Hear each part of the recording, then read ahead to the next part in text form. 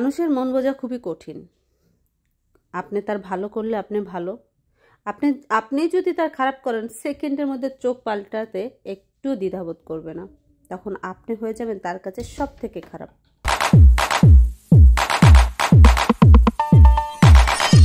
Hello everyone, আসসালামু আলাইকুম। কেমন আছেন? অনেক নীতিবান কথা বলতেছি, আসলে এগুলো নীতিবানও না, এগুলো হচ্ছে প্রতিটা মানুষের জীবনে ঘটে। আজকে আমি সকাল সকাল ঘুম থেকে উঠে চলে আসছি রান্না করতে।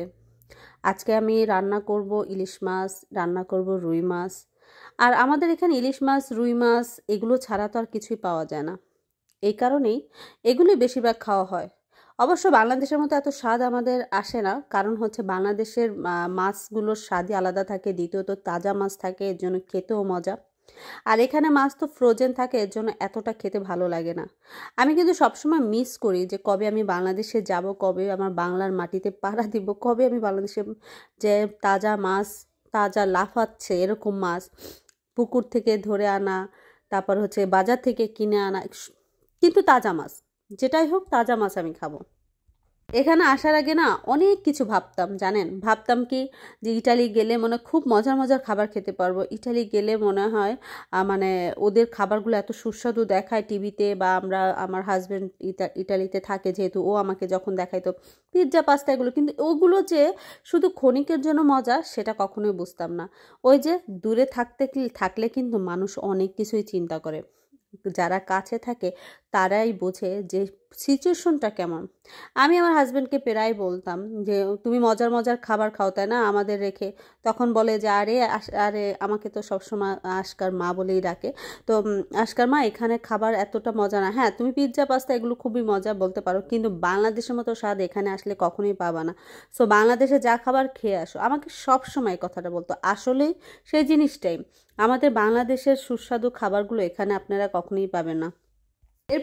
এরপরে বড় যে কথাটা হচ্ছে, এই দেশে তো আপনার থাকবে না কোনো কাজের লোক, সব নিজেরই করতে হবে। আপনি অসুস্থ হন, আপনি খারাপ হন, সব কিছু আপনি নিজেরই করতে হবে। এটা নিয়ে কোনো মাথা ব্যথা আমার নাই, কারণ আমি কাজকে কখনোই ভয় পাই না। আমি সব সময় কাজের উপরেই থাকি এবং আমার কাজের উপর থাকতেই ভালো লাগে। আমি কিন্তু সবসময় নিজের পায়ে দাঁড়াতে সবসময় পছন্দ করতাম। কখনো নিজে কিছু করা হয় না, তবে বিয়ের আগে আমি অনেক কিছুই করেছি। অনেক কিছু বলতে আমি টিউশনি করতে ভালোবাসতাম, কারণ আমার ভালো লাগতো নিজেকে বিজি রাখতে।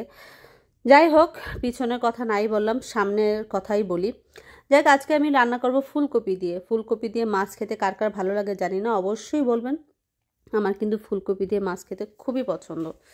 বিদেশ আসার পর আমার স্কিনটা অনেক খারাপ হয়ে গেছে, মানে আগের থেকে। আর মা হইলে তো হয়। আমি এই ক্রিমটা ব্যবহার করতেছি ভিটামিন সি, আপনারা দেখতেই পাচ্ছেন ভিটামিন সি। সো এটা ব্যবহার করতেছি, এটা 7 দিনের ফলাফল। আমি ব্যবহার করার পরে আমি আপনাদেরকে আমার স্কিন টোন আরও মানে আরও কীভাবে ইমপ্রুভ আসে সেটা অবশ্যই দেখতে পাবেন। এটা হচ্ছে ইটালিয়ান না, এটা হচ্ছে কোরিয়ান ব্র্যান্ড, এখানে ইটালিতে পাওয়া গেছে, যে কারণে আমি এতদিন পরে এই ক্রিমটা ব্যবহার করে খুব স্বাচ্ছন্দ্য বোধ করতেছি এবং এটা আমার কাছে খুব ভালো লাগতেছে। সাথে কিন্তু একটা সিরামও আছে, এই যে একই ব্র্যান্ডের জিনিস। এটা নাকি 7 দিনে ফলাফল পাওয়া যাবে, তো দেখা যাক। আমার ফুলকপি কাটা শেষ, এটা দিয়ে আমি মাছ রান্না করবো না, এটা দিয়ে আজকে ভাজি করব, আর মাছটা হচ্ছে আমি আলাদাই রান্না করব।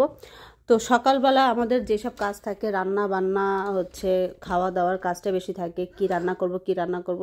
এরপরে হুট করে একটা ডিসিশন চলে আসে, তারপরে রান্না করা শুরু করে দিই।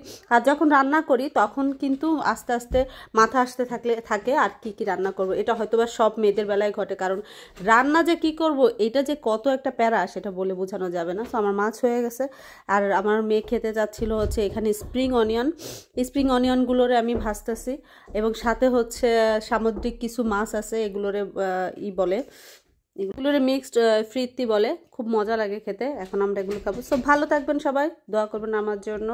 আমার ব্লগ ভালো লাগলে কমেন্ট করে পাশে থাকবেন। আল্লাহ হাফেজ।